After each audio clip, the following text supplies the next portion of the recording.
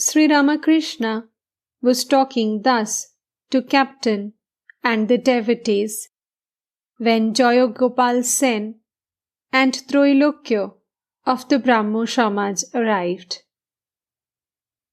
They saluted the master and sat down. Sri Ramakrishna looked at Troilokyo with a smile and continued the conversation. Master, it is on account of the ego that one is not able to see God. In front of the door of God's mansion lies the stump of ego. One cannot enter the mansion without jumping over the stump.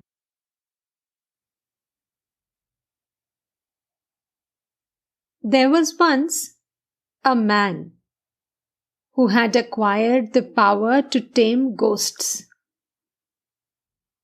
One day, at his summons, a ghost appeared. The ghost said, "Now tell me what you want me to do. The moment you cannot give me any work, I shall break your neck." The man had many things to accomplish, and he had the ghost do them all, one by one. At last, he could find nothing more for the ghost to do. "Now," said the ghost, "I am going to break your neck." "Wait a minute," said the man. "I shall return presently." He ran to his teacher and said, "Revered sir, I am in great danger. This is my trouble." And he told his teacher his trouble and asked, "What shall I do now?" The teacher said, "Do this. Tell the ghost to straighten this kinky hair."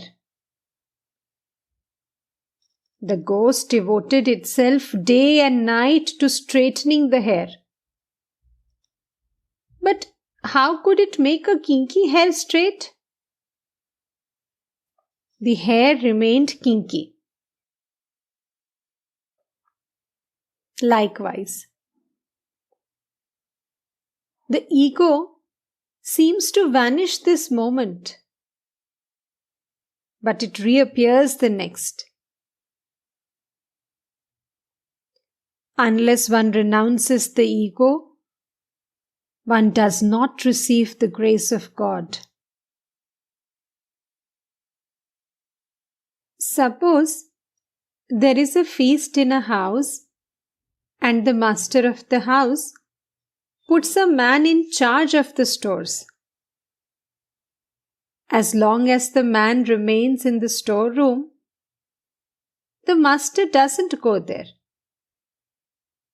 But when, of his own will, he renounces the storeroom and goes away, then the master locks it and takes charge of it himself.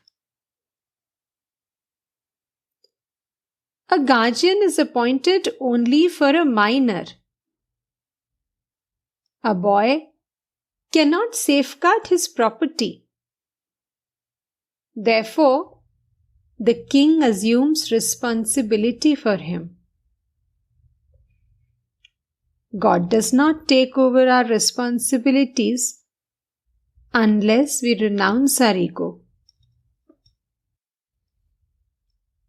Once, Lakshmi and Narayan were seated in Vaikuntha, when Narayan suddenly stood up.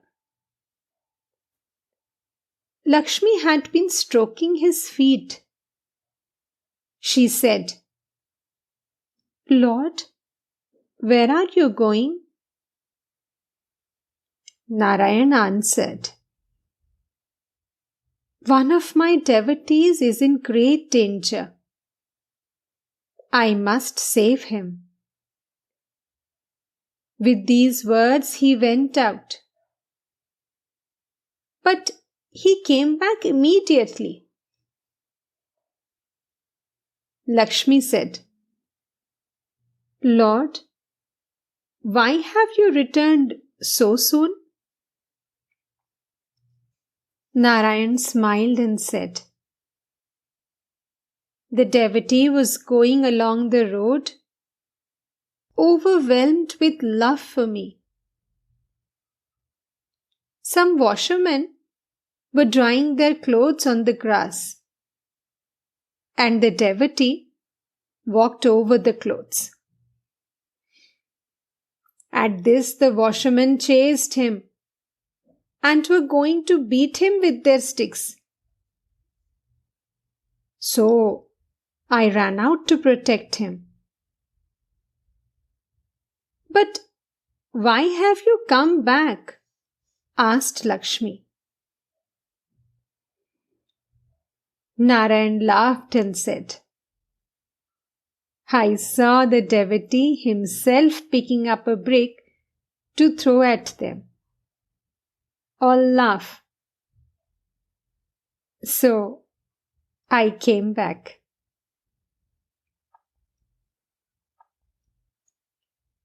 I said to Keshav, you must renounce your ego. Keshav replied, if I do, how can I keep my organization together? I said to him, how slow you are to understand. I am not asking you to renounce the ripe ego, the ego that makes a man feel that he is a servant of God or his devotee. Give up the unripe ego, the ego that creates attachment to woman and gold, the ego that makes a man feel he is God's servant, his child, is the ripe ego. It doesn't harm one.